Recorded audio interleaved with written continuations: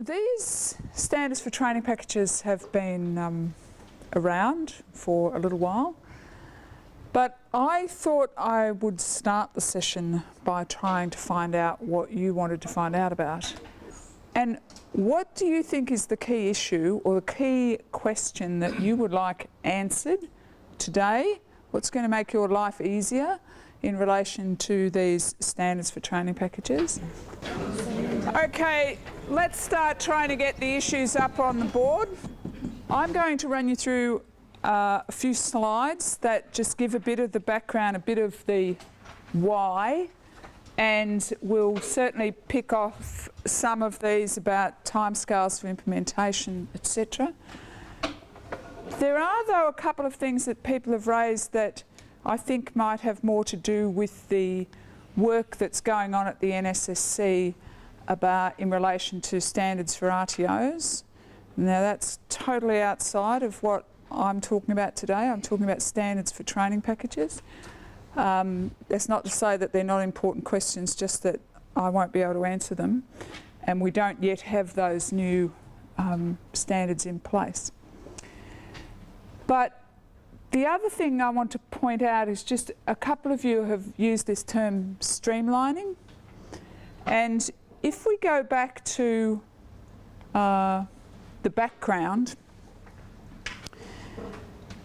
you go back about 2009, the Vet Products for the 21st Century report came out. It's actually signed off by COAG, which is the state premiers, chief ministers of the territories and the Prime Minister.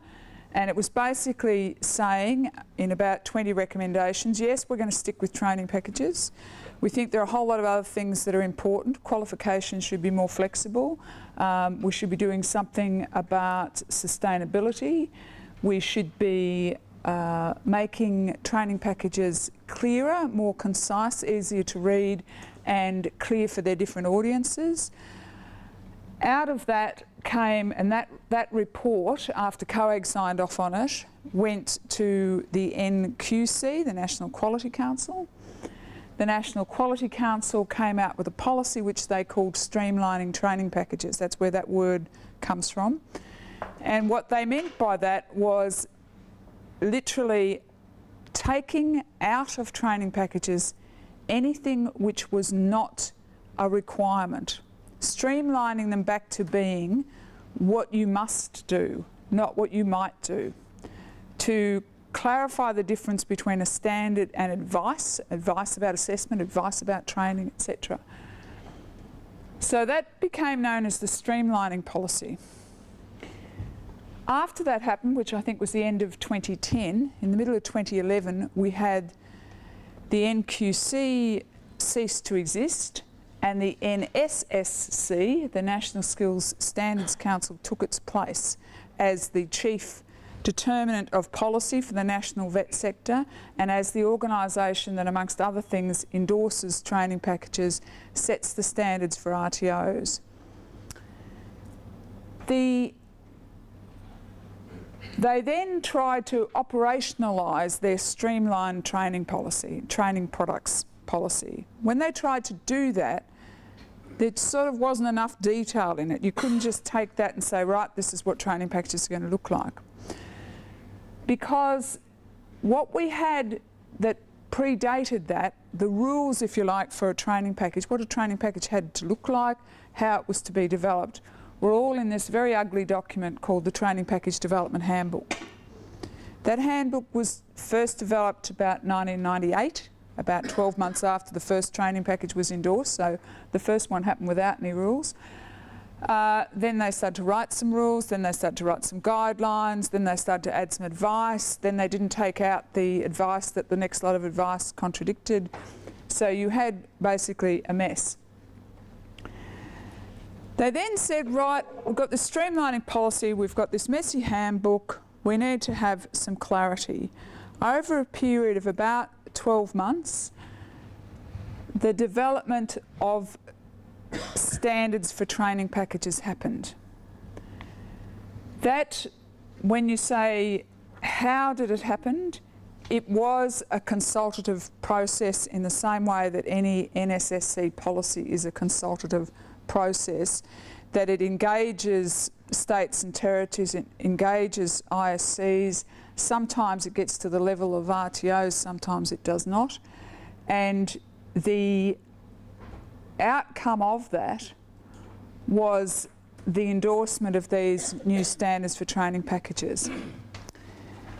Now, I'd actually like the people who use the word streamlining to try and mentally cross it out in your head, because it's led to an idea that what you do is you apply a process called streamlining to an old training package, and by doing that you turn it into a new training package.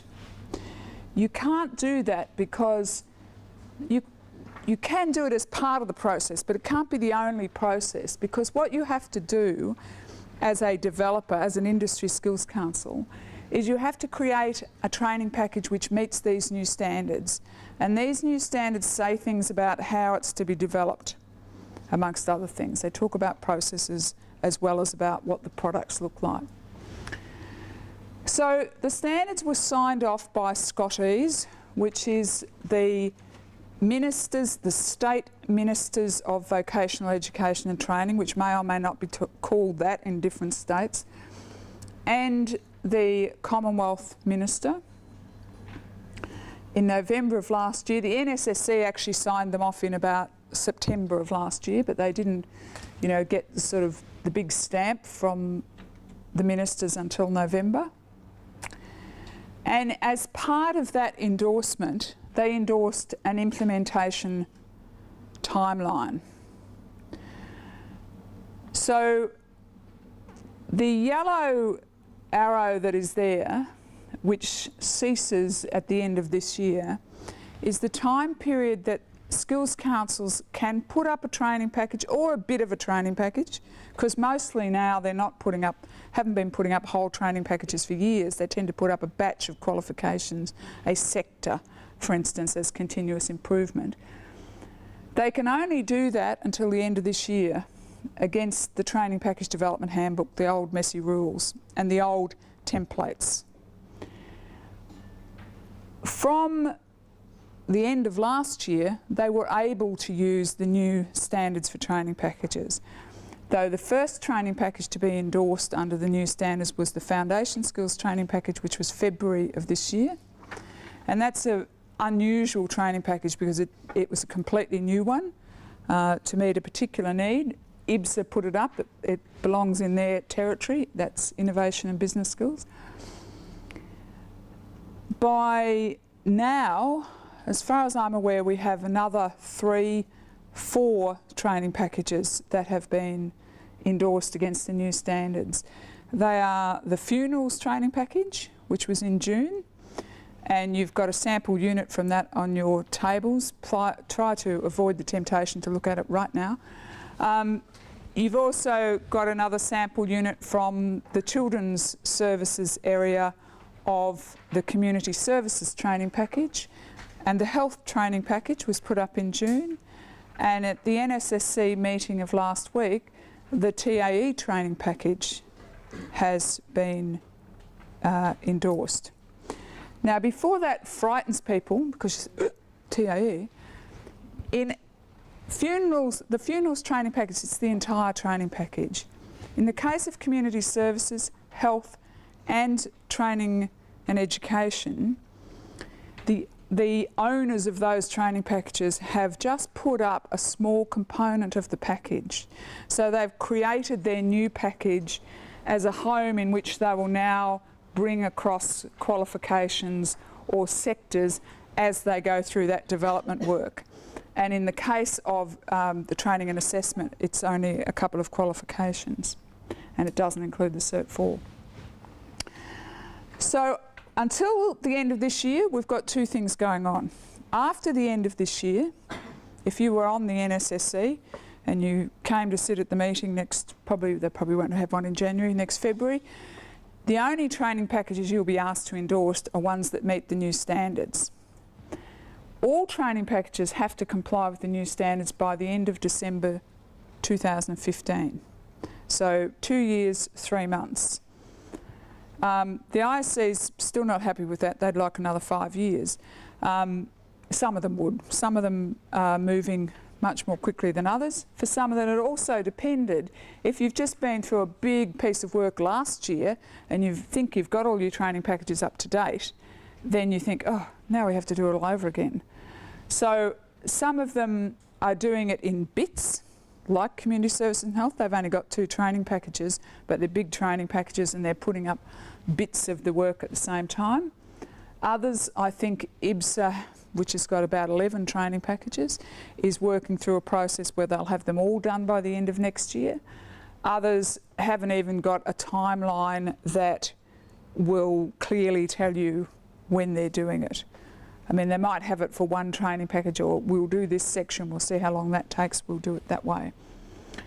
So that's the timeline for endorsement of the new package.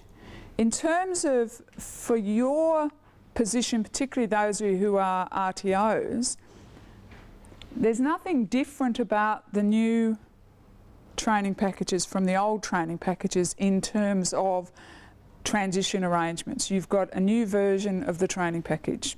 So the same conditions apply in terms of the uptake of that new package, the teach out arrangements. Those of you who are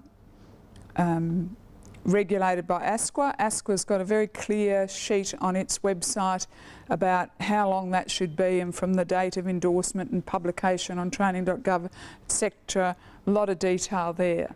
But there's nothing actually in these standards that makes that different. What it does say though is that every single training package is going to look different in the next 2.25 years.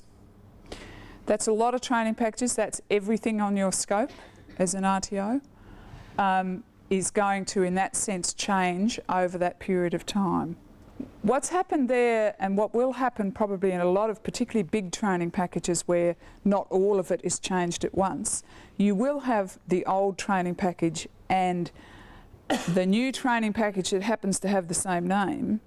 But for instance, in the new health training package, there are qualifications for Aboriginal and Torres Strait Islander health workers.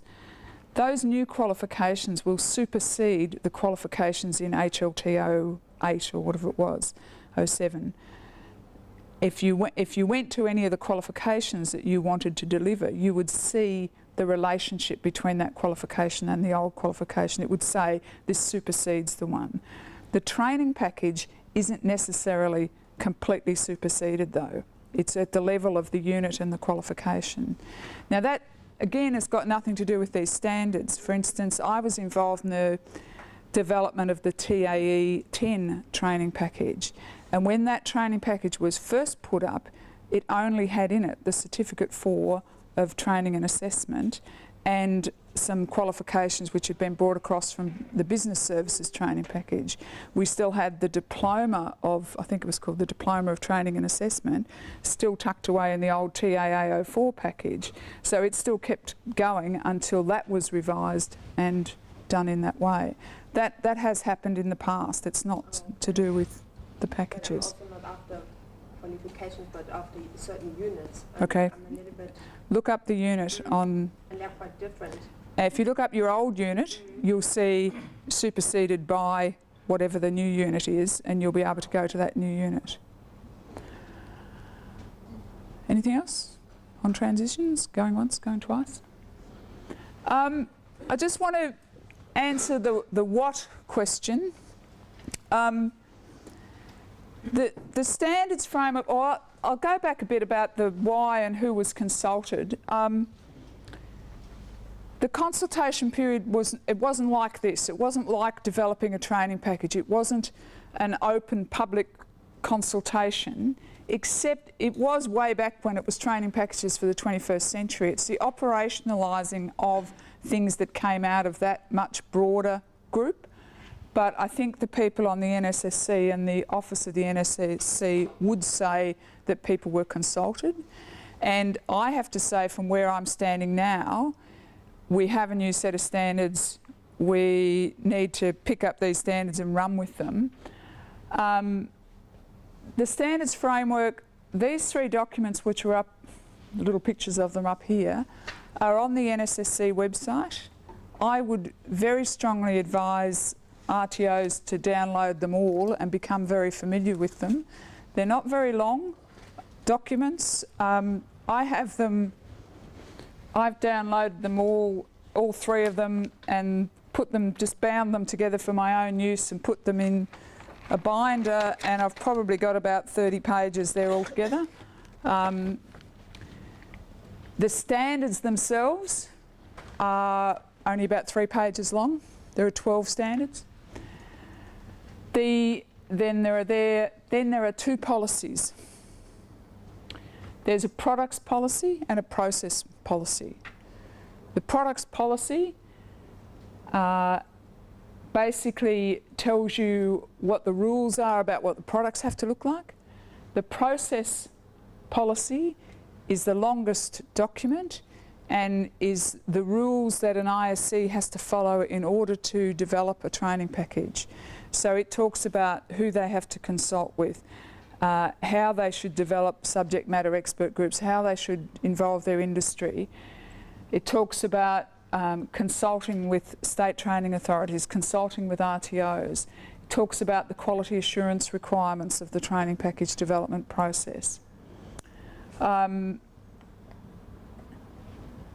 What are they for? What's the purpose?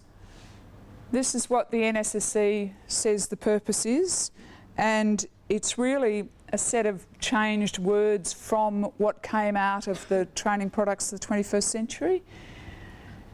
They say it's about focusing on quality and meeting the workforce development needs of industry, enterprises and individuals, and they apply to both the design and development of training packages before they are endorsed by the National Schools Standards Council. They say the purpose is consistent with the NSSC Charter.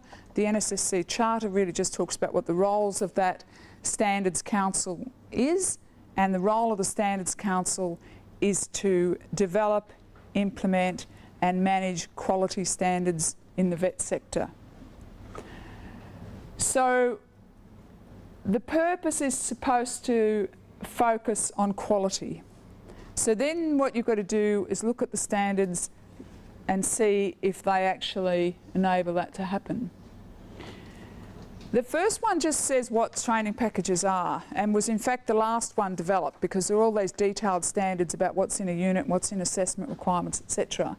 But you have then got to go back and say, well, what's in a training package? Again, this goes right back to the training products of the 21st century, and that report and the industry feedback when that consultation happened was that industry wanted to see a simpler version of the unit of competency that it could use for its purposes as distinct from training purposes, that it might use for performance management, that it might use as checklists internally. So that's the basis of the decision to separate the unit of competency from the assessment requirements. You only need assessment requirements if you're an RTO, if you're going to assess the unit and you're going to award the unit of competency to an individual. The way that that works on training.gov.au, if you go into, and we'll do that online later on, but if you go in, you see the unit of competency and the assessment requirements as separate documents. They're there as a Word document and a PDF document, but they are also linked. If you just scan down the page, you will see the entire content of both linked together. So you can choose whether you just get the unit, you just get the assessment requirements, or you get both. But the really big difference that people notice when you look at the units of competency, when you look at a new training package, what they notice is the assessment requirements. It's a standalone document, but it stands alone, but it is linked to each unit of competency. If you've got 100 units, you've got 100 assessment requirements. Qualifications, pretty much the same as they always were. Same, the AQF is the overarching organising principle, I suppose, around qualifications in the vet sector, just as it is in the other two sectors. So there's not a lot that's changed there. And we have this fourth thing called credit arrangements, which is has come out of the AQF, the revised AQF, and is about trying to make better links between the higher qualifications in the vet sector and higher education qualifications.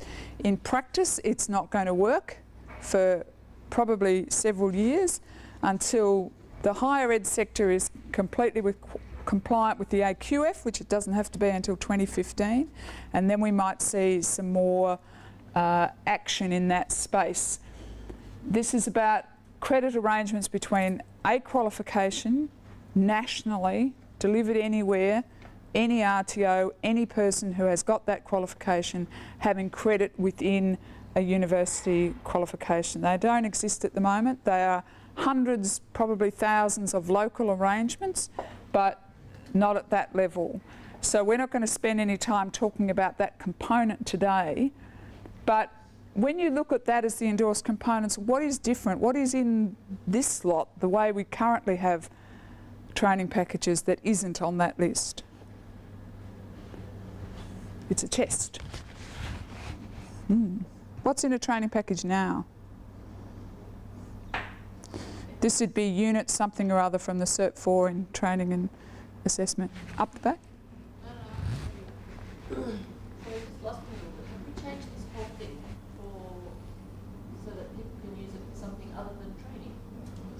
Yes. No, not that you can change it. I'm just saying that units of competency, and I'll show you the definition. Where's the definition of, we've got a definition of, oh, where's it gone? Oh. That's the definition of a unit of competency. So if a unit of competency specifies the standards of performance required in the workplace, it makes sense that units of competency are of use to individual workplaces and that they might want to see them and use them. Just to a workplace, nothing to do with the training sector. These new training packages have got 4 endorsed components. The old ones had 3. I'm asking, what's the difference? I heard the whisper of skill sets. What are the industry standards? The industry standards. Well, the industry standards, the unit of competency. Oh, come on. Shuffling of feet, staring at the floor. Well, does anyone like to have a guess at one component that's in a training package now? If you went to training.gov.au and looked up your favourite training package, what do you think you'd find in it? You might find a skill set, yes, but you might find a mapping, but you know, you're onto the condiments here. I'm thinking about the bread and butter. You've got qualifications, tick. We've still got them in the new one. Performance criteria inside units, so are performance criteria. PC, same thing. Sorry. Employability skills are at the moment they are listed in qualifications in the old training packages. What are the endorsed components of a training package? Assessment guidelines and units of competency and qualifications are the 3 endorsed components of a training package at the moment. Now, I don't find it a surprise that many of you have to think about that and don't automatically come up with assessment guidelines, because if you were to look at the assessment guidelines for the funerals training package and the assessment guidelines for the community services training package or the entertainment training package or the business training package, about 90% of the assessment guidelines is identical. In fact, a lot of it is what used to be called mandatory text. The ISC had to get endorsed this document, which basically was written by the Training Package Development Handbook, and you got to insert things about assessment in your industry. The key difference then is that document, which sounds like not many of you read, and certainly we know didn't actually help you a lot. It had a lot of nice things about rules of evidence and principles of assessment and things like that, has been replaced by very specific assessment requirements that link to the unit of competency. So instead of having one document that hardly anyone read, we've now got hundreds of them, or however many there were units of competency, that tell you, hopefully, exactly what to do in relation to that unit of competency. That is the key difference. Assessment guidelines gone and assessment requirements specified as requirements for each unit of competency. If you open up a qualification document, it might look a little bit different, but we haven't really done anything to qualifications. We don't have a lot of power over qualifications because the AQF sets the rules about that across all the sectors. Yes? So the existing units of competency, you've got a bit of the back on assessment. Part of it is you set the requirements for the unit. Yes. So how is that different from the assessment requirements now? Have they really just taken that bit out of each unit of competency and made it a separate document, or is it different? No, it's different. We'll get to that because you'll get to have a look in a minute. So there are actually 12 standards. I'm going to go through about the first 5 very quickly. So those components, those endorsed components, what's different about the endorsed components from the non-endorsed components, which we now call companion volumes? The difference is that if it's endorsed, they're subject to vet regulation. If it's endorsed, as an RTO said to me this morning, endorsement, we've got to do it, doesn't it? I said, yep. If you're doing it, if you're delivering the endorsed component, you've got to do what it says. And you're going to be checked on that. The non-endorsed component is advice. You don't have to do it. It's to support implementation. It's not subject to vet regulation. So when you said this bit about the compliance, in order to comply, you need to focus on the endorsed components, as you always have had to. Like, it's the endorsed components that matter, not any other advice that the ISC might give. Yep. It sounds the same as the current training package where we had endorsed and non-endorsed components. So how is it different? Keep going. The difference is in the content, really, of the units and the assessment requirements. That is the bottom line. And the difference, yes, I'll stop there for a moment. Standard 2 is you've got to follow the products policy. Now, the products policy, some of that products policy pre-existed standards. Basically, they kept the policy from the handbook, the Training Package Development Handbook, that's still applied. But there are some changes in that policy. So there's no endorsement year for training packages anymore.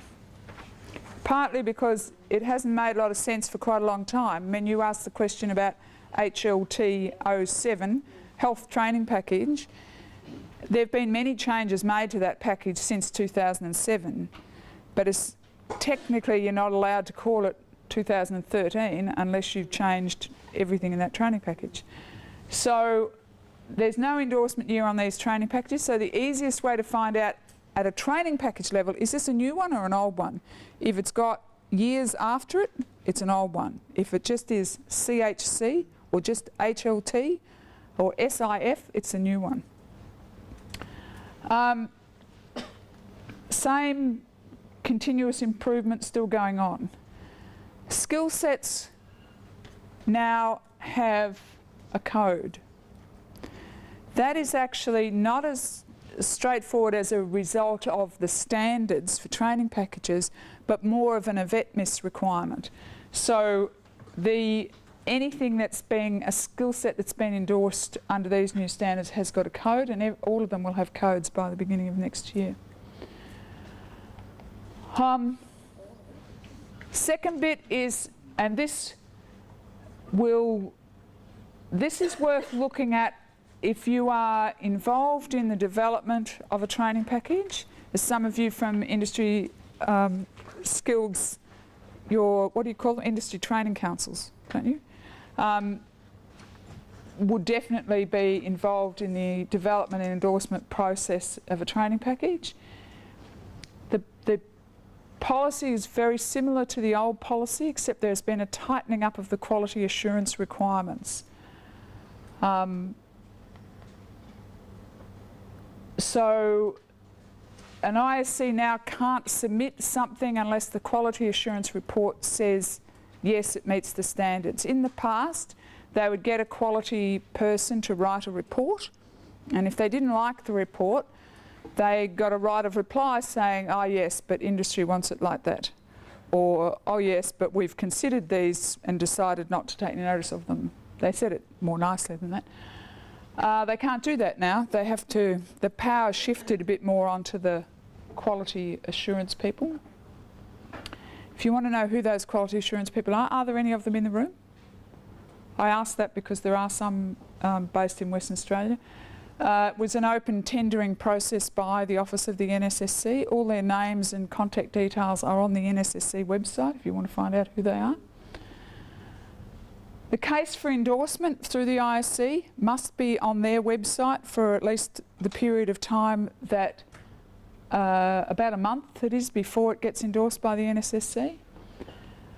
The endorsement happens at the NSSC meetings and possibly can happen outside it. I'll just give you that. There's just a couple of dates left this year, so there'll only be some packages go up in October, some in December, but I think most of the new training packages you'll see happen during 2014.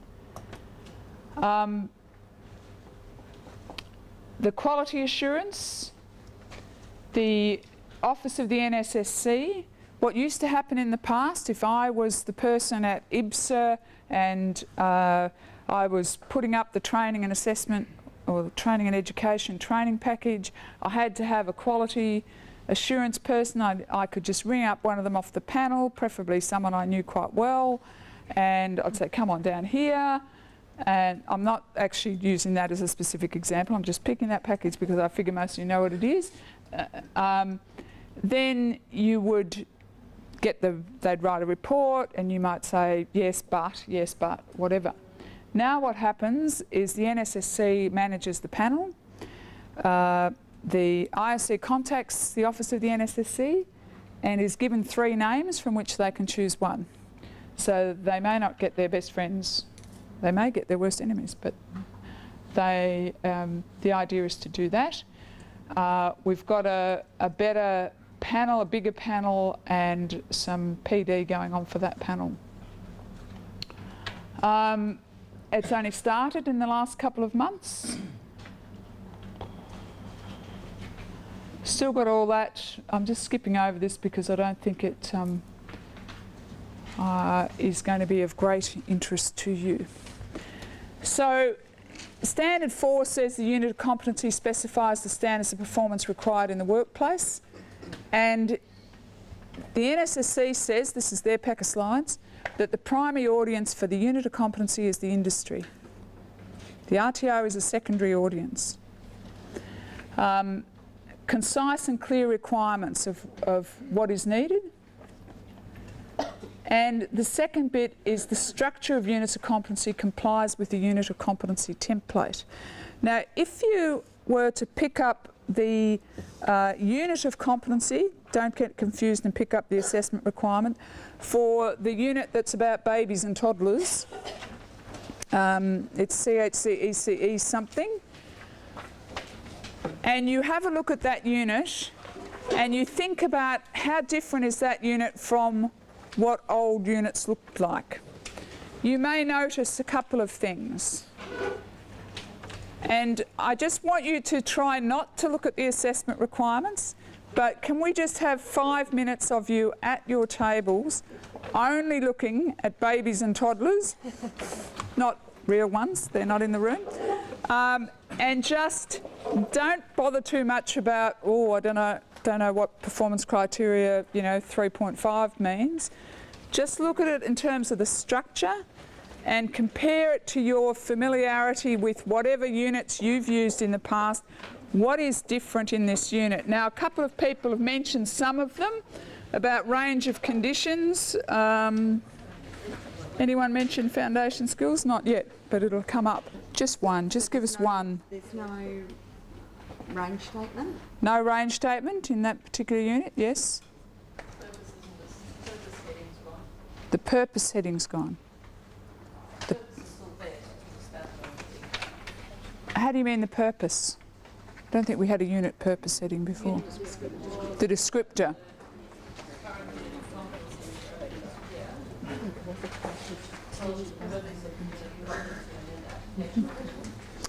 I think it's called this. I think it was the descriptor. That you, yeah. Yes, you're right. That's gone. Sorry.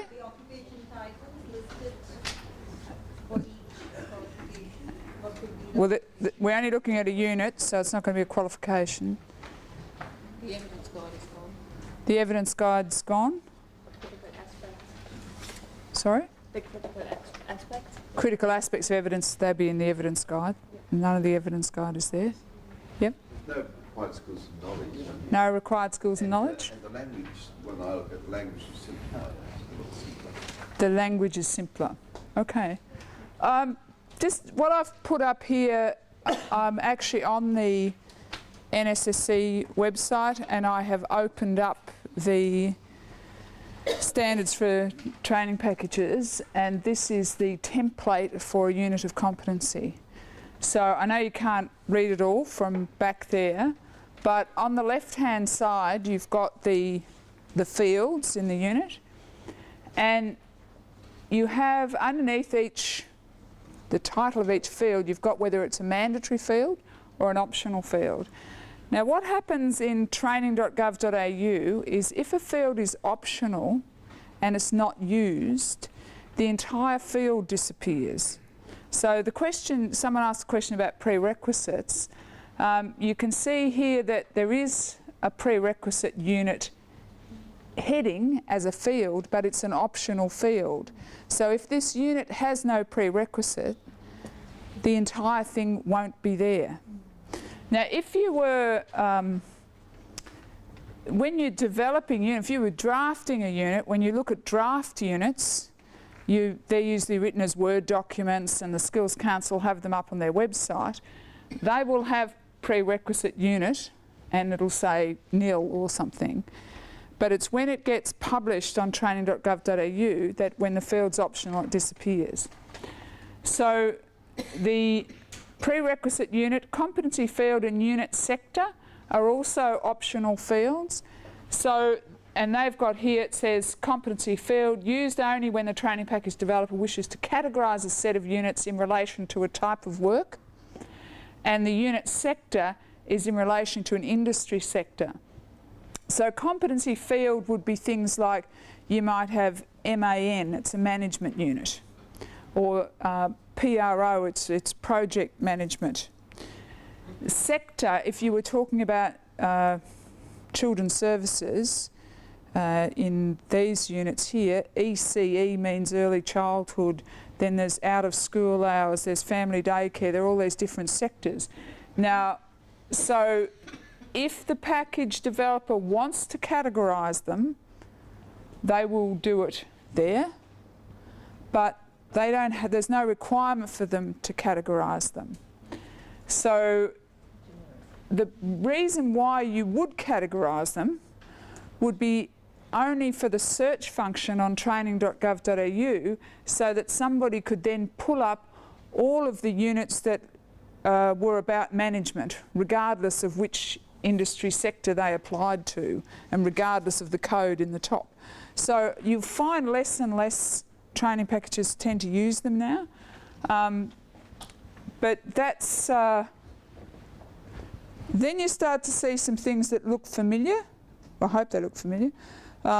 Elements and performance criteria. Not a lot's changed about how they are written. In fact, unfortunately, I think nothing's changed. in the Training Package Development Handbook, it said active voice is preferred for performance criteria. So it didn't actually say you had to write in active voice. When you turn that into a standard, it basically goes silent. In other words, you can write them in active voice or you can write them in passive voice. It now becomes, what we're talking about is standards that the skills councils, the training package developers have to show that they meet those standards.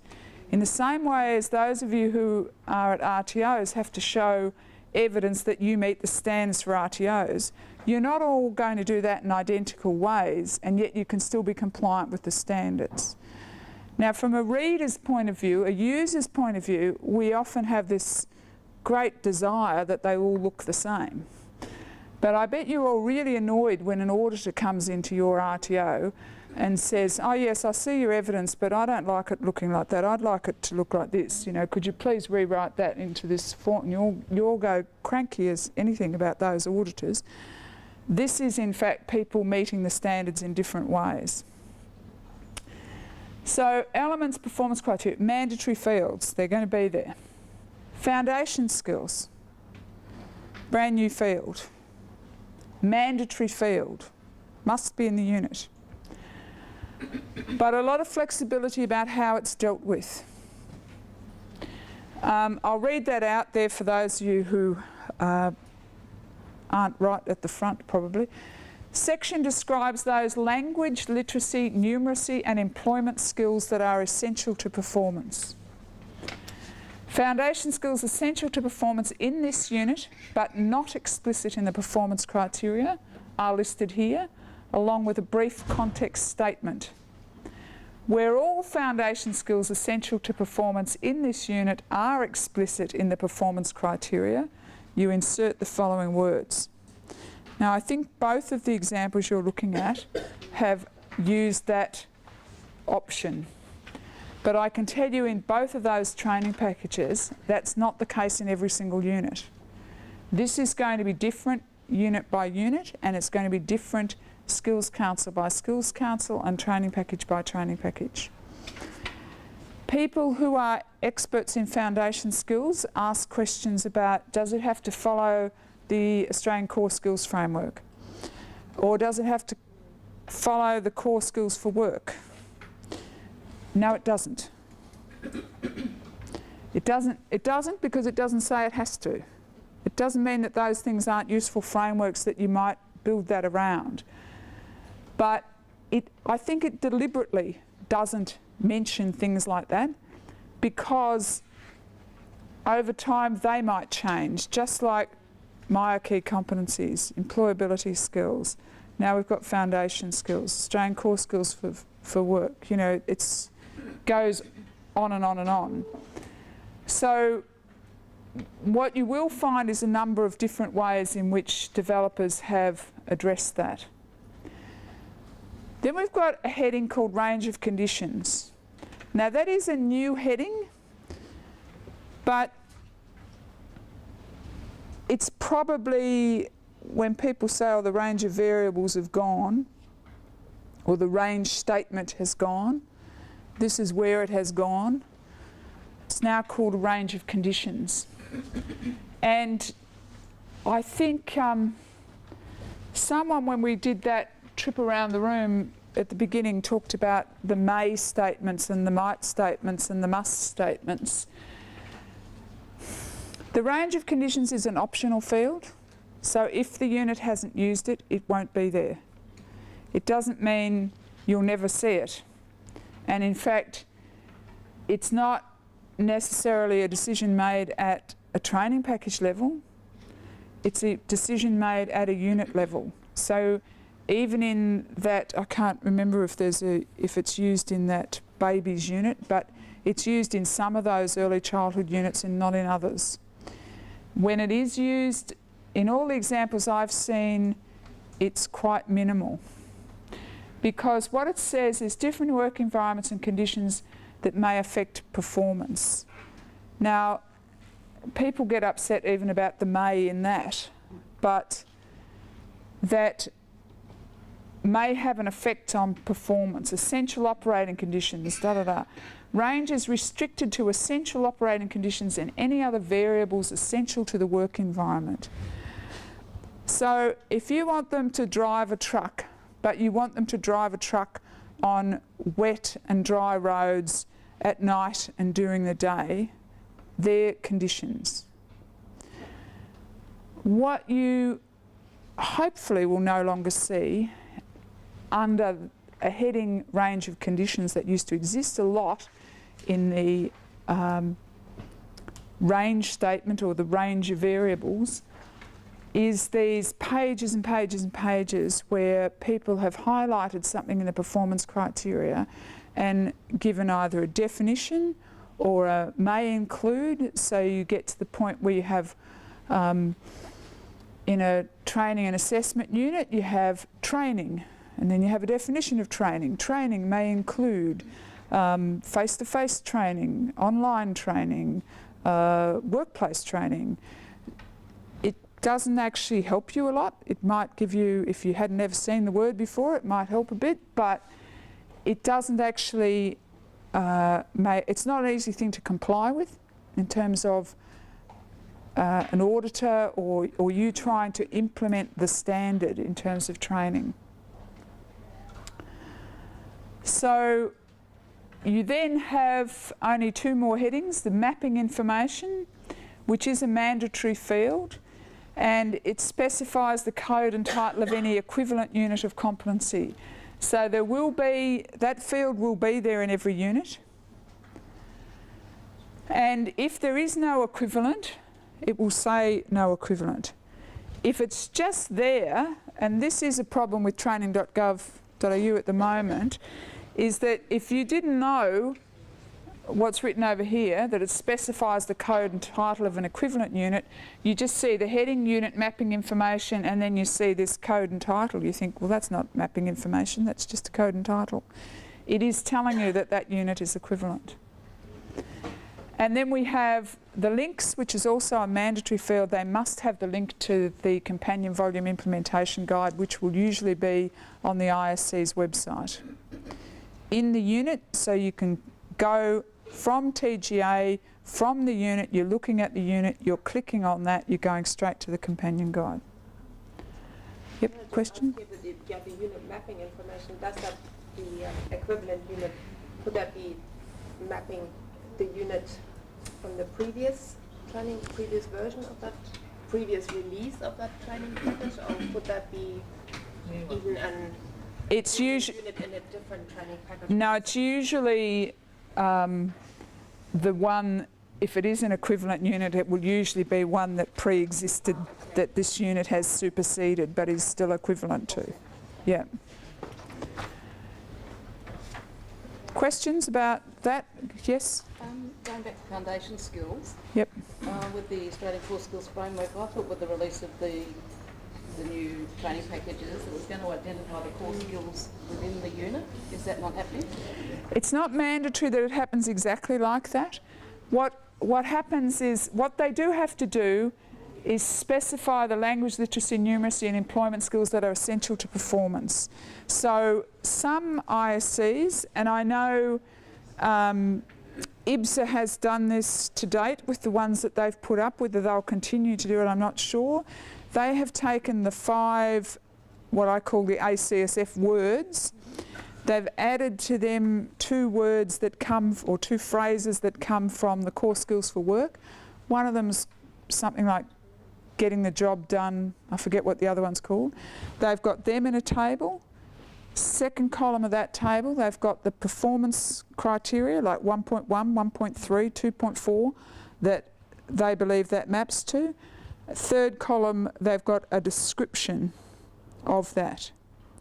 Now, someone asked me about that this morning in relation to, does that mean I have to assess this as well as the performance criteria, as well as what it says in the assessment requirements? And that became quite a confusing issue, I think. But what it's supposed to be is those required that are essential to performance. So you don't have to use the ACSF. Others have used, I know in the children's services ones, they decided to use an approach of where they believe the foundation skills were explicit, to say so, but not to just park it like that and say, oh, we're out of this problem, you know, tick that box, put that in, but to go to the assessment requirements and actually require in some of the assessment that those foundation skills are met. So you might have as one of the assessment requirements, if the performance criteria someone says, you know, document the outcomes of an observation of a child at play, then in the assessment requirements you might have, you know, provide a written report on observations of children. So they're being more specific in relation to what the language, literacy and numeracy skill actually is. The ACSF levels for the unit of competency are not going to be there. They're not going to be there, they're not automatically going to be there, and they're certainly not going to be there in every single unit. So lecturers will still have to profile. They may have to profile, but alternatively, some of the ISCs in their companion volumes have done that level of work. And a lot of the ISCs have actually been funded to do work in relation to the ACSF and mapping against units of competency. Now they're looking for, where do we put that when we've done it? They've got these things called companion volumes. Yeah, let's put them there. So you will be able to get it, just won't automatically be in the endorsed compartment of the unit. Any other questions on units? Going once, going twice. When you look at a unit and you've got a couple on your desk, you'll notice that they're much shorter. And the main reason for that is this range of conditions issue. That's where the length in most units was. And of course, what was in the evidence guide is now not there because that was information for assessment. That's in the assessment requirements. Now, could I ask you to just having looked at that unit, this is the babies and toddlers unit, have a look at the assessment requirements for that unit, and I'll put up the template in relation to that. 3 pieces of legislation it might be good to know something about. Supposed to relate directly to the performance criteria and or the range of conditions. So if you have used the range of conditions, if you have said in the range of conditions they need to be able to drive on a wet and a dry road, somewhere in this evidence bit you're going to have to refer back to those conditions to make sure that they do that. Indicates the type and depth of knowledge required to meet the demands of the unit of competency. Now, that last one, I have to say, as someone who writes units of competency, sits down with subject matter experts and tries to write down what they want written down, is often very difficult to get really clear. Assessment conditions stipulates any mandatory conditions for assessment. Must be done in the workplace is a mandatory condition. Might be done by simulation is not a mandatory condition because it says might. Specifies the conditions under which evidence for assessment must be gathered. This is the second one, including any details of equipment and materials, contingency, specifications, blah, blah, blah. Goes on quite a bit there. The third one specifies assessor requirements, included any details related to qualifications, experience and industry currency. Now, if you're an industry that wants to put a sledgehammer to RTOs, that's where they will put it. The industry will say things like, must have 5 years current experience in the industry in order to. Sometimes they said things sort of like that in the assessment guidelines, but no one took any notice of them because no one read the assessment guidelines. And it didn't come back to the unit of competency, so you could really easily say, well, they don't mean this unit. This unit's about project management. They can't possibly mean that you have to have 5 years experience in the hospitality industry in order to do this. But this is in the assessment requirements for this unit. And in the provide care for babies and toddlers unit, which is on your table, which I know a bit about because I worked on the development of those units, that was the unit, the only unit that industry group wanted to put something in here. In the end they didn't because they couldn't agree on what it would be and how they would make sure it could be met. And they did it, they wanted to do it in this unit because this is about care for babies. And those who, how many people here work in children's services? I know there's one down the front. Only one, okay. What the industry says is that is the highest level of risk. For a worker, and often a young worker coming out of a training organisation, babies are the biggest level of risk. You know, you can pick up a baby and shake the baby and kill the baby. It doesn't take a lot to do a lot of damage to a baby. This is a high risk unit, and we think in the past that what's been happening is that RTOs haven't even let people near a baby. They've given them plastic dolls to play with and practice changing nappies with, and they've assessed them that way. And we want to toughen it up, so we want to have only a qualified, currently working person in the industry be able to assess this unit. And they actually worked that around a bit and sort of looked around the room and said, we're talking about us here, you know, we're the national experts in this. There's not many people that they decided could meet the criteria that they wanted to put. So they backed down on that criteria. But if you have a look at the performance evidence and the knowledge evidence and the assessment conditions for that unit, that babies unit, you'll find quite a lot of specificity in it. So can you just have a look at that now? Then after you've looked at that unit, just for a contrast, have a look at the other one that's coded SIF, which comes from the funerals training package, and you'll see quite a different way in which it's been expressed.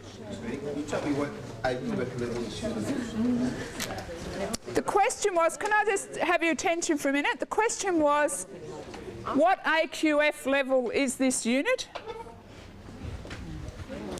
The answer is, there is no AQF level. There's no AQF, units don't have AQF levels. This unit, though, I can tell you, is, the babies unit is a core unit within the Certificate 3 in Early Childhood Education and Care, and it is also a core unit within the Diploma of Early Childhood Education and Care.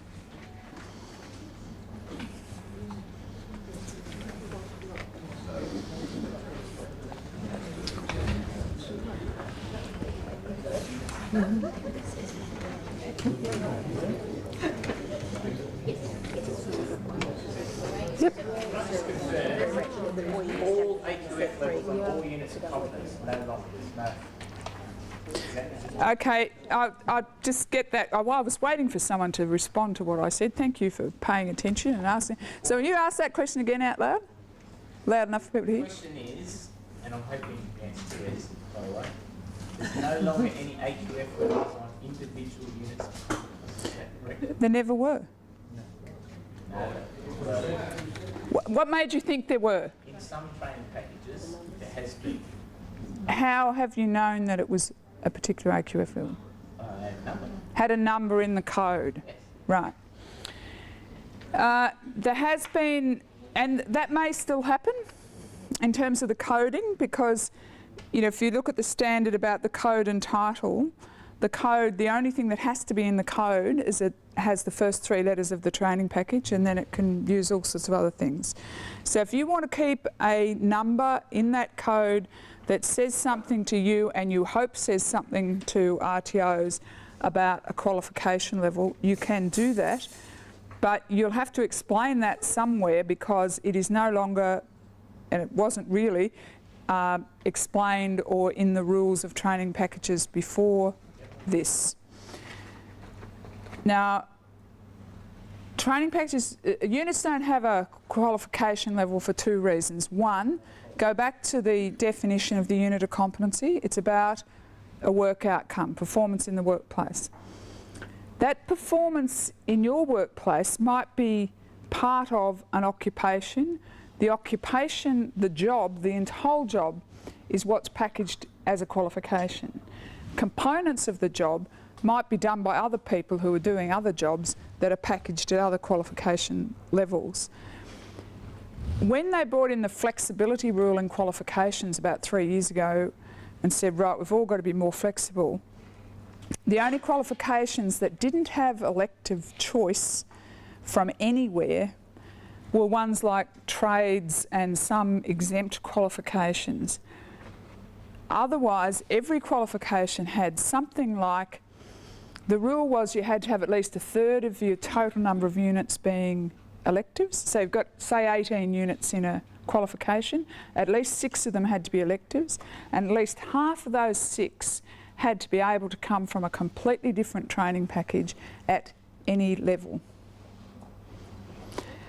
So once you did that, you started people saying, not looking at anything to do with those numbers, you started having people say, well, I can bring in this unit. Even the rules which had, the qualification rule might have been, and I know IBSA used this a lot in business services, you had the elective choice could come from the list that they had as electives, or from any other unit in this training package or any other one, one level higher or lower than this. So you were looking at, say, a Cert 4, so it meant you could take a unit from a diploma or take a unit from a Cert 3. If that unit could be taken from a Cert 3, you went and looked at a Cert 3 and you wanted to, let's say you wanted to rig the system and make it easy, you look at a Cert 3 and say, well, any unit can be part of a Cert 3 because all the Cert 3s have got that same rule about any unit can come from anywhere. So it actually led to people, none of whom are here in this room, but RTOs basically giving away that 1/6. Because they'd say, well, it can come from anywhere anyway. So if you've got a first aid unit, have you got, you know, we can RPL you through a certificate 1 in X, or, you know, they just do it like that. So the flexibility rules, even if you had every training package sticking to that notion of coding, it wouldn't work. It wouldn't give you the outcome that you want because of that flexibility rule. It doesn't mean you can still say that you want to take the unit from one level up or one level down, but that instead of looking for a number in your code, you're going to have to go and look at a qualification and say, oh, well, that means I can take a unit from that qualification. But nowhere in the unit itself has it ever said anything about the qualification. It's only been an inference that people have made from a code, a number in the code. Some training packages have never had those numbers. A lot of training packages never had those numbers and have just had a sequence, like I think nearly all of the manufacturing MSA ones have just had 001 up to 00, you know, up to 999 sort of thing. So the second thing I want to say is, and I don't understand why I have to keep saying this to people, but there are some people probably in this room, because there are people in every room I've ever been in that don't seem to get it, that if you have a unit of competency and I am assessed against that unit and I've got that unit, I've got the unit. You know, a unit is a unit is a unit. So I might have got it as part of a Cert 3, but if the rules of the diploma I go into say that I can use that unit as part of my, then I can have it in that unit. And I've been asked in relation to what I just said about this particular unit, which is in a core in a Cert 3 and core in a diploma. Not, you know, yes, you could choose it as an elective, but if you're going to do the qualification, you have to do this unit. How will I teach it differently at a diploma level? How will I assess it differently at a diploma level? You won't. You don't have to. You can't. Well, actually, you can teach it any way you like, but you can't assess it differently because it's the same unit. Is that clear? Nodding. Great, thank you. Okay, could I just have your attention back for a moment, please? I'm sorry, I've got sort of trapped around answering questions, but wish we'd never raised that issue about units with numbers in their codes and AQF. But I would like to stress that there is actually nothing in these standards which changes that. The old ones, you were starting to get a tendency for people to put a number in a code to indicate the first qualification at which this unit appears, but wasn't actually a requirement. wasn't used universally, and those of you who are attached to it may find that some of the qualifications and units training packages that you're used to finding them in still do it. It's just that there isn't a requirement to do it. But coming back to the assessment requirements, what did you notice about that particular unit that you were looking at, the babies and toddlers, in terms of any of these headings? Anything strike you as particularly onerous or difficult? 120 hours. Do you want to explain that a bit? We needed to have 120 hours of workplace practice, was it? A period. Perform the activities outlined in the performance criteria of this unit during a period of at least 120 hours of work in at least one regulated education and care service. And that's in one unit. Yeah. Yep. An unusual thing to see. You could have seen something similar to it in some of the old units. The frequency and volume, any of you have had anything to do with the diploma of vocational education and training? It talks about requirements to show in the assessor one, it's something about assessing 50 people or 20 assessing. candidates against 50 units. Yeah, so getting some real numbers in there.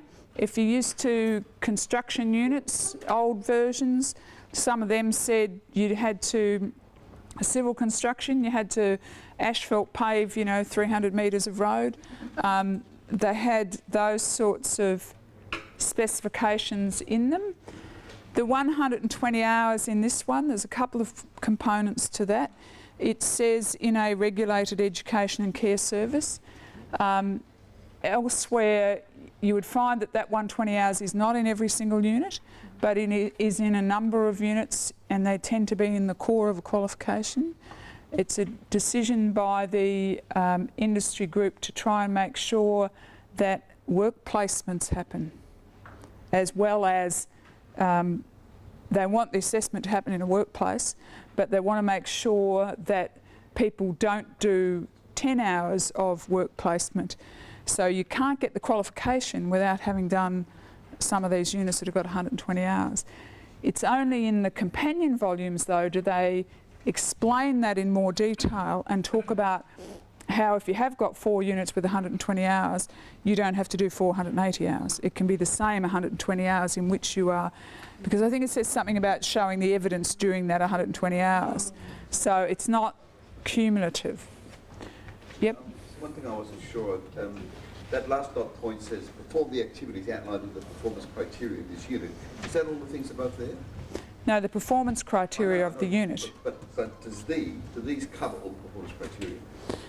Or if you're in They do. an intervention for this, would you have to say, make sure you covered all that, and then go back to the performance criteria to make sure you covered those as well? Well, I think if you cover all of that, right up the top it says, haven't got it, I'm looking at the funerals one. It says the candidate must show evidence of the ability to complete tasks outlined in elements and performance criteria of this unit, manage tasks, blah, blah, blah, blah, blah, must be demonstrated evidence that the candidate has completed. So it does actually say you must do the elements and performance criteria as well as everything that's on here. Some of the others... Surely they're not. What? Surely these Meet some of the pieces. They're not. Yeah. most of the performance criteria. Yeah, I think the answer might be most though. So they're double dipping by saying up front, right in that first line ahead of all the dot points, it says basically you must meet all of the evidence, So the elements and performance criteria. I would make sure I covered those, then I would go back and double check against the performance criteria to see if I think that would that be right? Correct, and the range of conditions? Are there any range of conditions? Well, not in that unit, there's not, but as a general point, yeah. So that should make it a bit easier than... Well, I think I like this better than the other one because it's clearer. It's clearer what you have to do. The other one meaning the funerals one or the old unit? Yep. Critical aspects of required skill, required knowledge, element performance criteria. It was more complex and much clearer about what you have to do. So I like it better. Other comments or questions? Everything is must. But Everything is will must. that be across all units, or is that specific to this unit? It should be. there shouldn't be any maze in assessment requirements. You know, it sort of doesn't make sense. It's a requirement, you've got to do it. So I guess it's possible that you could have an either or. You know, you must do this or this, like a baby or a toddler or something. But in a general sense, they are requirements. So the issue about frequency and volume, they've talked about numbers of children, numbers of times of doing things, but they haven't done it on every single dot point, and I don't think you'll find that. They have said, and when I first saw this I thought it looked a bit weird, but they do talk about real babies, and that's apparently because in the past people have not used real babies and been able to say, it doesn't say in the unit I have to use a real baby. Not that anyone should be using a baby, but yep. There's another point, it says supported the learning of at least 3 different babies and toddlers, so that means 3 babies and 3 toddlers, or 3 altogether? Well, I think they I think that is also explained in the companion volume, but I think they've done that deliberately. A total of 3, which must include at least 1 baby and 1 toddler. If you read it, you know, if you think 3 babies and toddlers, you could. Well, they'd be happy that way too. Do you get what I mean? Like, they've deliberately done that. They'd be happier probably if you had 3 of each, but that you can't do no babies and you can't do no toddlers. That's the main issue there. Anything else about assessment conditions? If you put the whole lot together, you've got about, what, 5 pages, the unit and the assessment requirements? That in itself, I mean, when you say extra work for our RTO, if you were starting from the beginning, if you didn't already have a children's services qualification on your scope and were delivering it, if you were starting now, as distinct from starting a year ago, it would be easier. It would be easier to write assessment tools. It would be easier to explain to trainers and assessors what they had to do. The challenge comes because most of you, are looking at changing from something that you already had to something which is different. In the examples that we've got on the table, and I'm imagining here that nobody delivers the funeral services training package. Is that correct? In the examples you've got, and these were the ones that were endorsed, that's why you've got them. I'm not an advocate for the funerals industry. If you were looking at the funerals package, you will see that they have got the equivalent unit. If you look at that unit, the one that's the unit, not the assessment requirements, down the bottom of that in the links field where it talks about the link to any equivalent unit, it names a unit. So that makes it easier than in the early childhood unit. That is not there because there is no equivalent unit. There is a similar unit, but that unit has been superseded by this unit. And if you go on to TGA, it'll tell you what the name of that unit is. So at least you have a starting point from the one that's been superseded. But you will only get the equivalence, and equivalence means equivalence of outcome. Doesn't necessarily mean that you don't have to do anything at all about your teaching and learning materials. It usually does mean that you have to do something. But you would find it easier if you were looking at a unit that was equivalent to something you had before. Again, that's similar to any new training package. Sometimes there are units which are equivalent to ones that were there before, or a new version of a training package. Sometimes there are ones that are not. The same issue applies at the qualification level. We talk about qualifications having equivalence. But the extra work, I think there's going to be a lot of extra work in doing partly what you're doing today, just sort of getting your heads around this stuff and how it works, and a lot of you are working with completely alien units and areas. Like, I don't know anything about this, so I can't really see how different it is from what it was before. When you start looking at the ones you know more about, then you'll have a greater sense of the level of change. But certainly I think assessment tools that use those categories, the performance evidence and the knowledge evidence, you know, that in itself gives you a structure. You will have a lot of work to do at what I'd call the instructional design level. Now, when a training package, and my advice would be start early. When a training package is endorsed, like this new children's services one, take that as an example, it's children's services components within community services. The training package has been endorsed.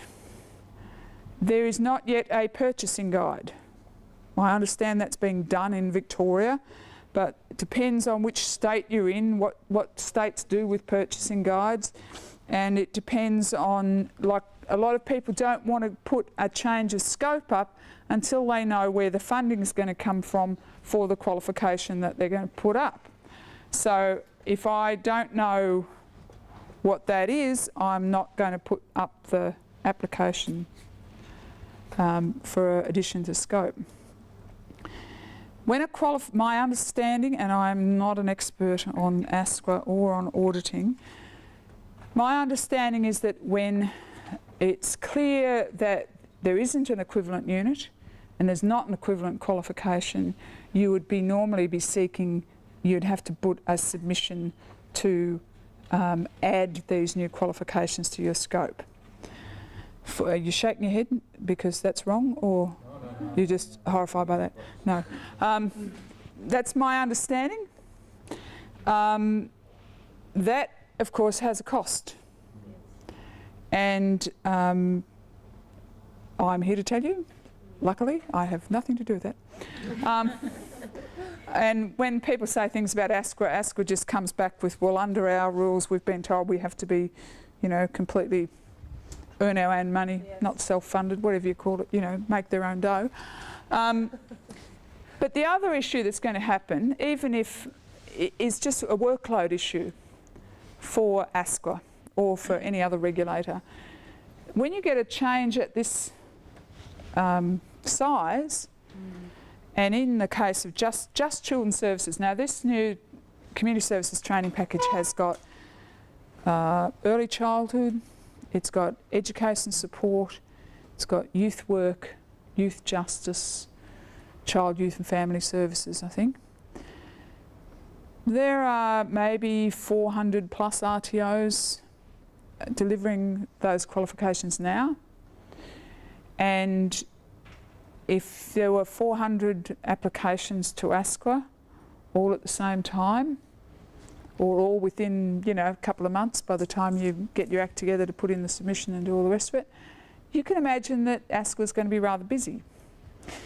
And then if at the same time you get, I don't know, something like the business services training package comes along in a few months' time, now maybe they'll say everything's equivalent to what was there before, so it'll be less of an issue, but it might still be an issue. So there's a timing issue, I think, in relation to scope and compliance at that level. But I think there's also, in the case of some qualifications, like this work in early childhood came about because there was a change in regulations in that industry. So there's really big pushes to get those qualifications out there as quickly as possible. Whereas in something like youth work, which was also in the same bundle, not so many changes going on, not such a big deal, not the changes in the qualifications themselves aren't as great, less providers, less numbers of students actually doing the programs. Maybe that will be a bit slower on the uptake. So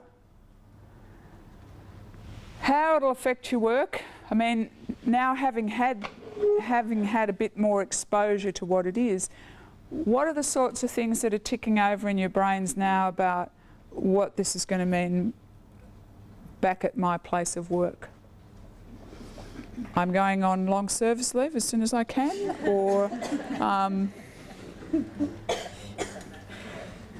I guess, go, Claudia. yeah, I guess, you know, because I've got qualification from different training packages on our school, I don't know what the timelines will be. You know, I don't know when IPSA will release the new BSB training package. I don't know when they're going to release.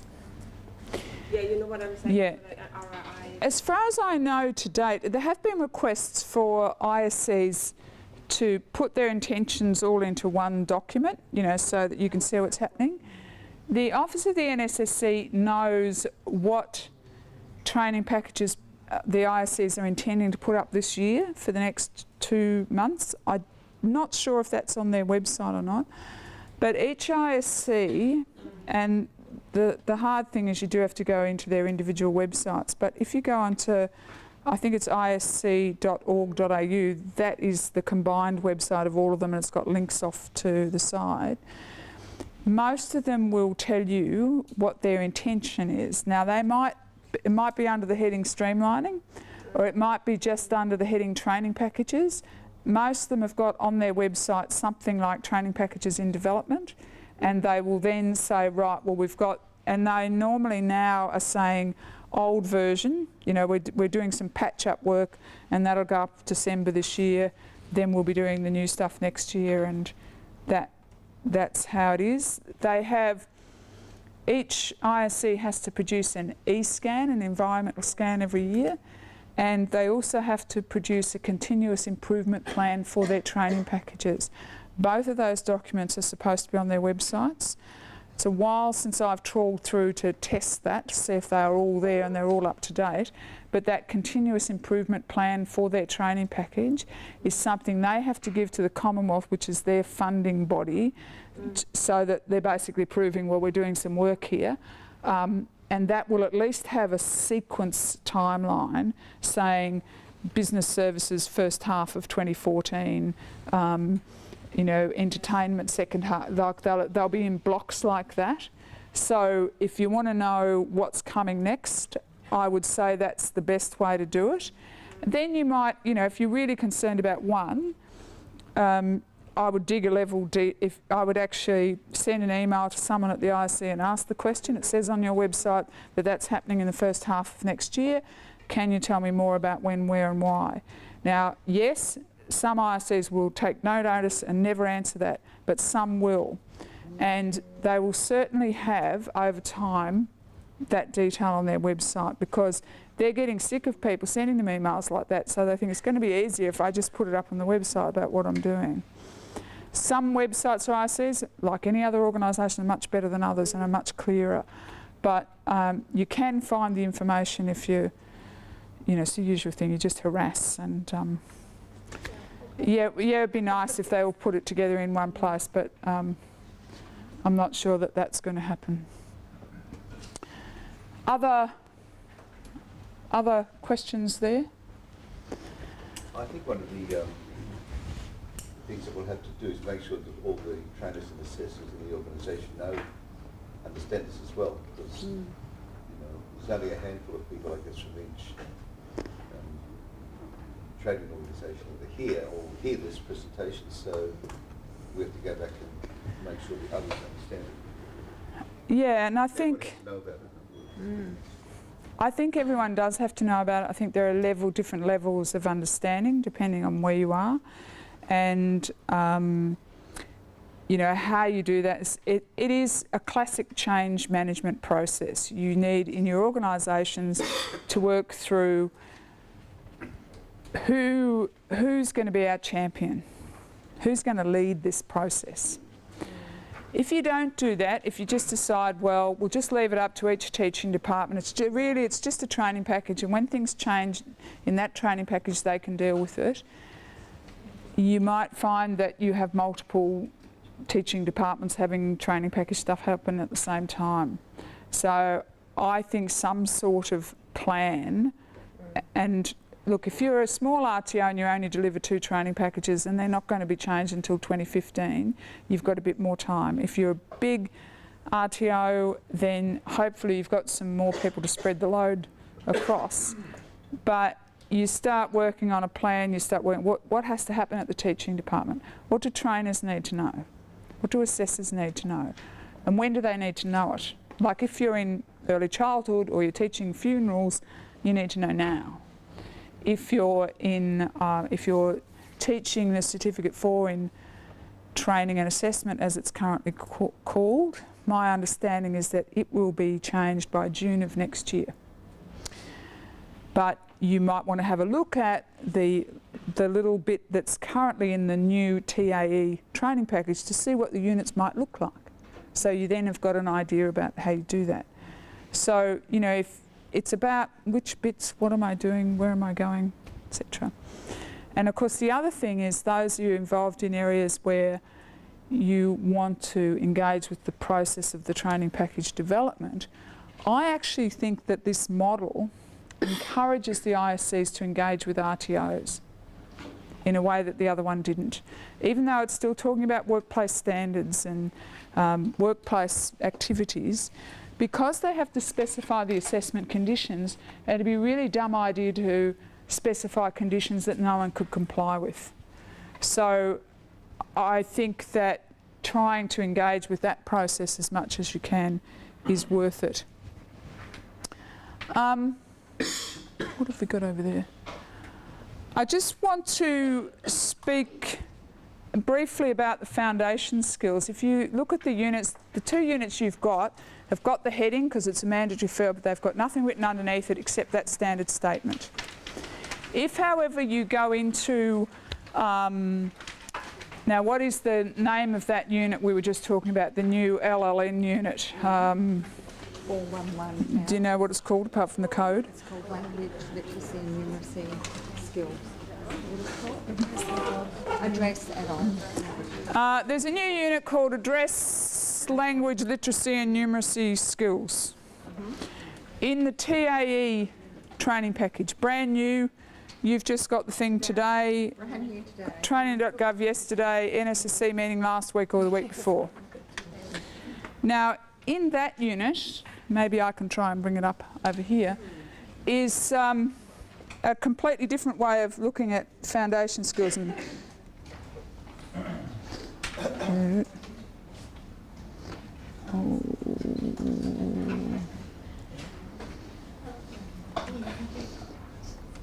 now tell me what the code's called again. So TAE LLN 411 now. For what? 411.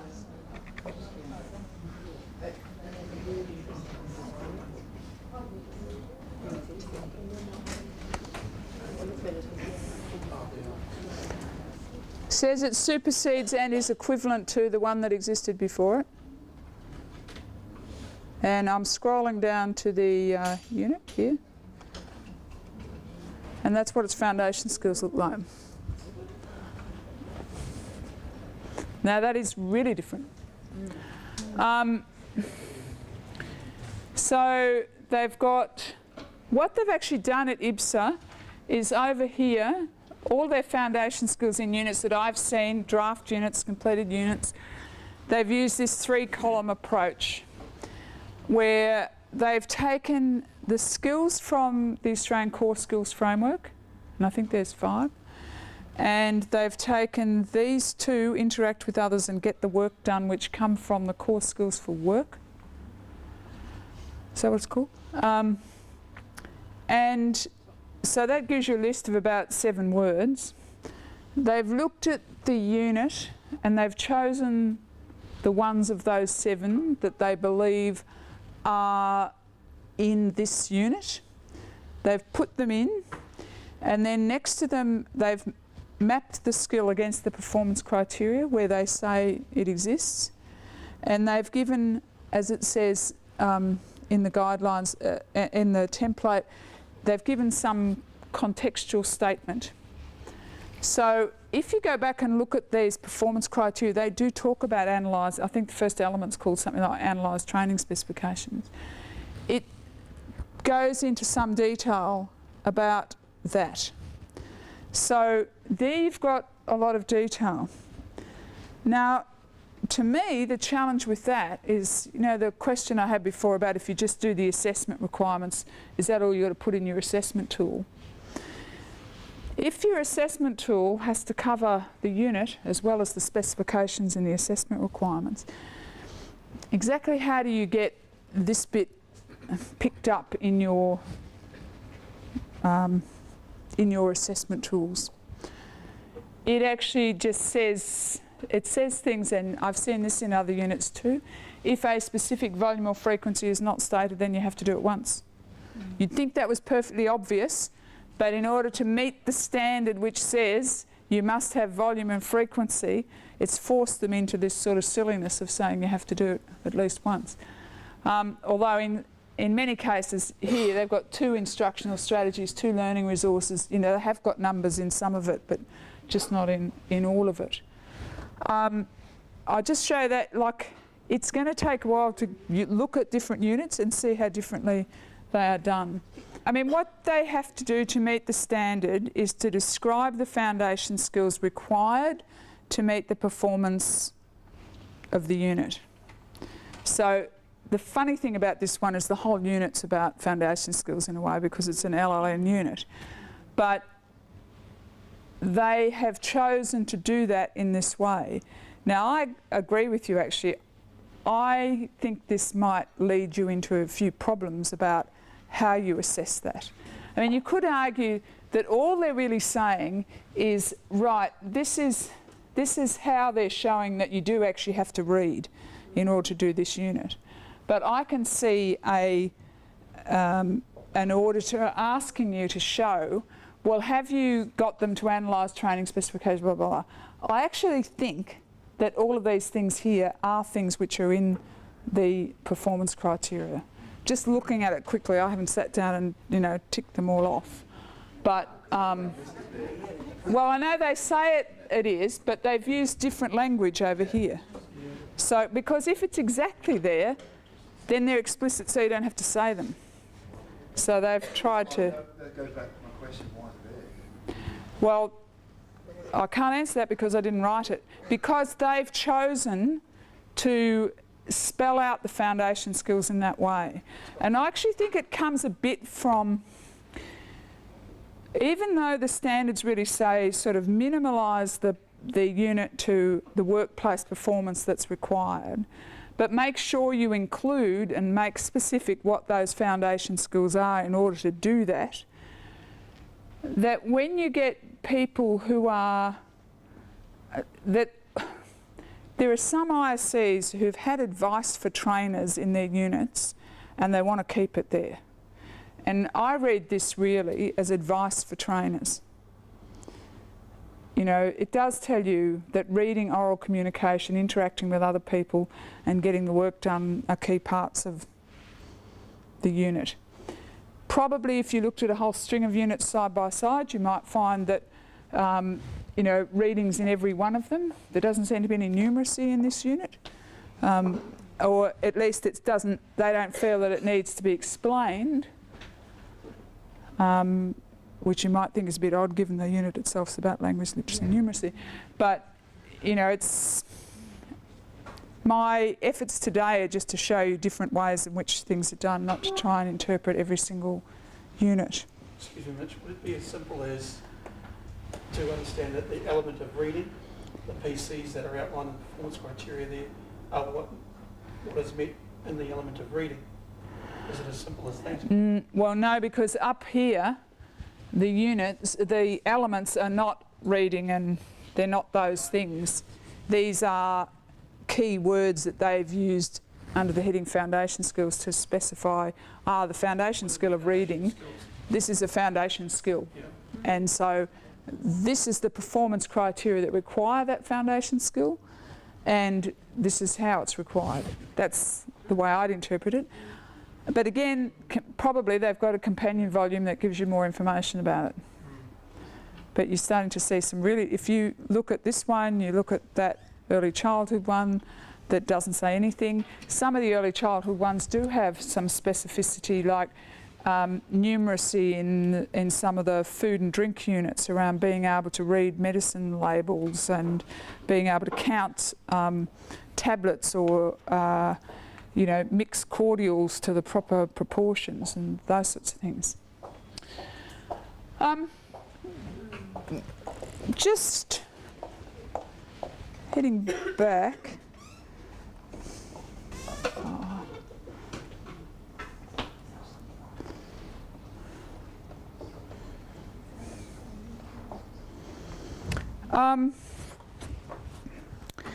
I would, if you were talking about doing things at your RTO level,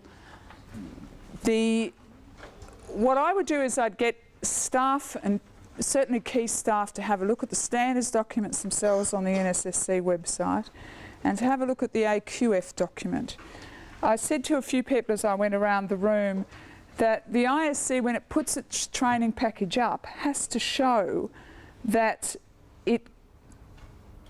what they are suggesting is a Certificate 3 is a Certificate 3. They actually have to map it against the descriptors of that qualification on the AQF. We talked briefly about credit arrangements. We talked about companion volumes. The companion volumes in funerals, they've only done one, an implementation guide. In health and community services, they've done 5. They've done the implementation guide, they've done a learning strategies guide, an assessment strategies guide, a knowledge guide.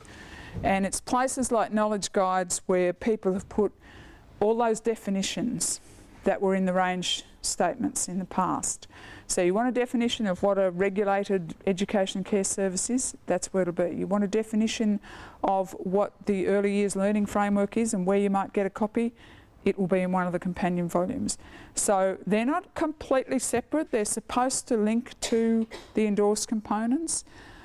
There is only a requirement that they do one, the implementation guide, and they will only do more if RTOs say we want them and if they've got funding to do them, basically.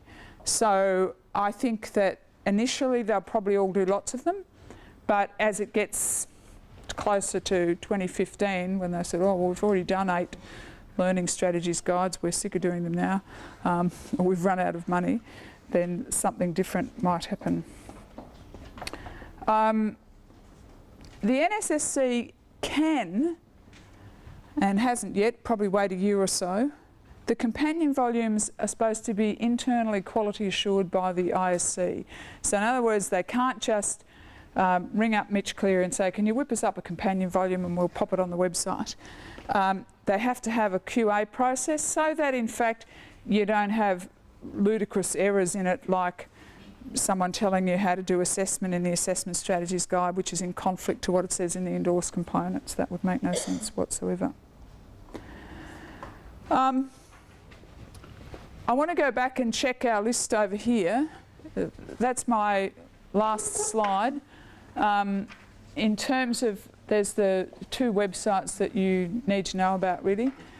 I think the other one is the ASCOR website in terms of the transition arrangements. If we go back and look at this, implementation and transition, well, we talked about from the point of view of the endorsement of packages, but then after the package is endorsed, that implementation and transition is going to then flip over to being the RTO and the regulator's responsibility. Streamlining and how it will affect our work. Every time I see an ISC, I say, wash your mouth out with soap, stop talking about streamlining, because you have to meet the new standards. The new standards are not editorial standards. You can't just edit a unit and put it up for endorsement. You have to show that you've consulted. There's not 2 different types of doing training package development. What extra work for your RTO? Quite a bit. But like anything else, I think a bit of planning and a bit of prioritising. You know, some of you may decide we're not going to do that qualification anymore, it's too difficult.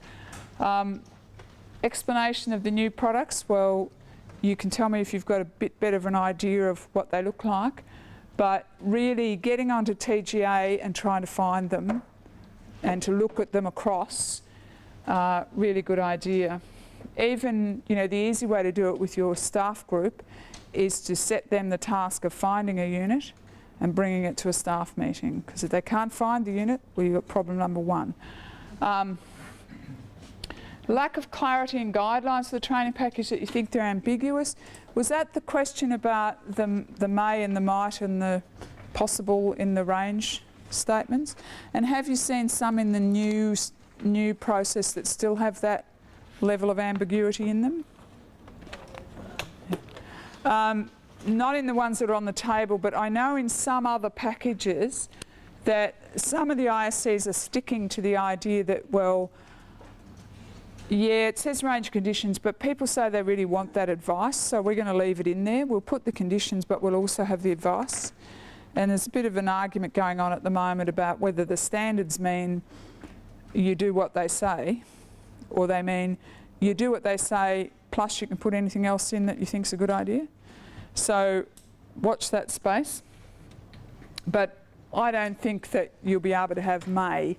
I can't see how you can have may in a range of conditions. The quality assurance people should pick that up as being non-compliant with the standards. The issue about apprentice training in institutions, I don't understand what that means, except that the assessment requirements will make it really clear where assessment has to happen, or under what conditions it can happen. I'm not sure if that was also referring to the proposed new standards for registered training organisations and potentially some change there. But there's nothing in the standards themselves that would make that happen. Range of conditions, I think we talked about that. I think we talked about timescale for implementation. How they were consulted on, I think that's always the question that really means, I didn't know this was happening, and I'm not sure that I like the outcome. The people who were consulted directly, no one person has got the outcome that they wanted, sort of like the Essendon Football Club. But, you know, there is a compromise that has been reached. And I don't barrack for them. I notice I'm wearing red and black today. I didn't do that deliberately. The specificity of assessment, I think that ISCs see that as now as a free space, like, wow, we can be much more specific. But there might be a bit more movement back the other way if they've been too specific, and then they find there's no market. RTOs can't deliver it because they've said you have to do 4,000 hours in a workplace, or you have to have 5 years recent experience as an underground coal miner, or whatever it is. Compliance for all of our lives will remain an issue. We will never be happy with compliance. We must learn to breathe deeply and go ahead. But my own feeling is that the brief for the unit and the assessment requirements, the easier it will be to comply with. When you've got something really big, there's a lot of things that you've got to show how you've covered. But just the making it less should make it easier.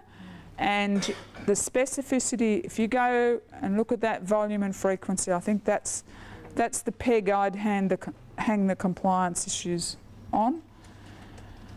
The nominal hours, and can we use the old ones? Well, my understanding of getting a new qualification on your scope is you have to put up a training and assessment strategy in which you say something about your training delivery, and including how much training you are going to do. That is different from how much money anyone's going to pay you to deliver it, and the nominal hours and whether you can put up something now tends to link much more to who's going to pay you to deliver it than to anything else. I wouldn't assume, I suppose you could, if you had, like in that LLN unit we looked at, says it's equivalent to the one before, you'd have to think, well, if your job was to write the purchasing guide or come up with the nominal hours, if it said it's the same as what was there before, you'd probably put the same number of hours. When you say it's not equivalent though, then you're in brand new territory and you're going to have to hunt that out. Prerequisites and are they gone? I think we answered that in terms of the, you know, when you don't have them, the field doesn't exist, so it sort of frightens people a bit. But they are there where they're required and where the industry's decided to keep them. Same thing, prerequisites at the unit level, entry requirements at the qualification level. Entry requirements we only have if they are mandatory.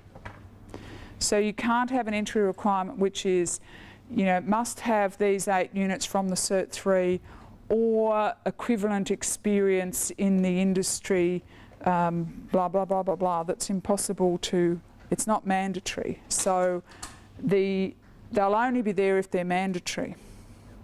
That doesn't mean anybody can walk in off the street and into the qualification. It means that the emphasis is on the RTO to select students. And those of you who say, but before there were entry requirements, almost always when you read them, they are not requirements. They are a number of possibilities which might be a good idea, one of which you've decided at your RTO level you're going to stick to and you're calling it an entry requirement. But there's actually very few qualifications in the past that have really got that entry requirement idea. There are some things that are being developed for the Office of the NSSC website. There are some other things that I'm doing with the Office of the NSSC in some of the other states, like I think in Adelaide they're interviewing me, asking me questions. I answer the questions, they film them and they're going to cut them up and put them on websites. On the Community Services and Health website, they have developed about 6 or 7 mini videos, some of which are they're all about their new training packages, so they're about them, but one of them is called something like Units and Assessment Requirements, and it just takes people through what a unit looks like and how to read a unit. They're 6 minutes long. They're free. You can download them on their website. They've also got some on foundation skills. IBS's website, I believe, has also got some short videos on foundation skills. The Community Services and Health Industry Skills Council are running workshops on implementing their new training packages, and someone here was telling me Lila, you're down to go to one of them, and they're running some more in October, November. Foundation skills, a lot of the skills councils are doing their own work on foundation skills. Any of you work in the agri-foods, with the agri-foods packages? There's a workshop here in Perth on Tuesday the 24th of September. On the Agri-Foods website, the detail of that's there, and you can apply to go. I think it's either free or it's $20 or something. It's not a fortune. And when I say here, it's in Perth somewhere. I don't know where it is. But just have a look at the ISCs and see what they're doing in relation to implementation, things that might help you. You'll probably find at things like, if any of you go to things like the VELG conferences, ACPET conferences, those sorts of things, you will find there are some workshops around implementing new standards. I find them hard to do without at least having some examples of some real units that people might be interested in using and can start getting their heads around it. So they'll probably be easier to do early next year when there are more training packages that have come out in this format. But if there's anything like that that you think the Office of the NSSC should be doing, just a few dot points on the back.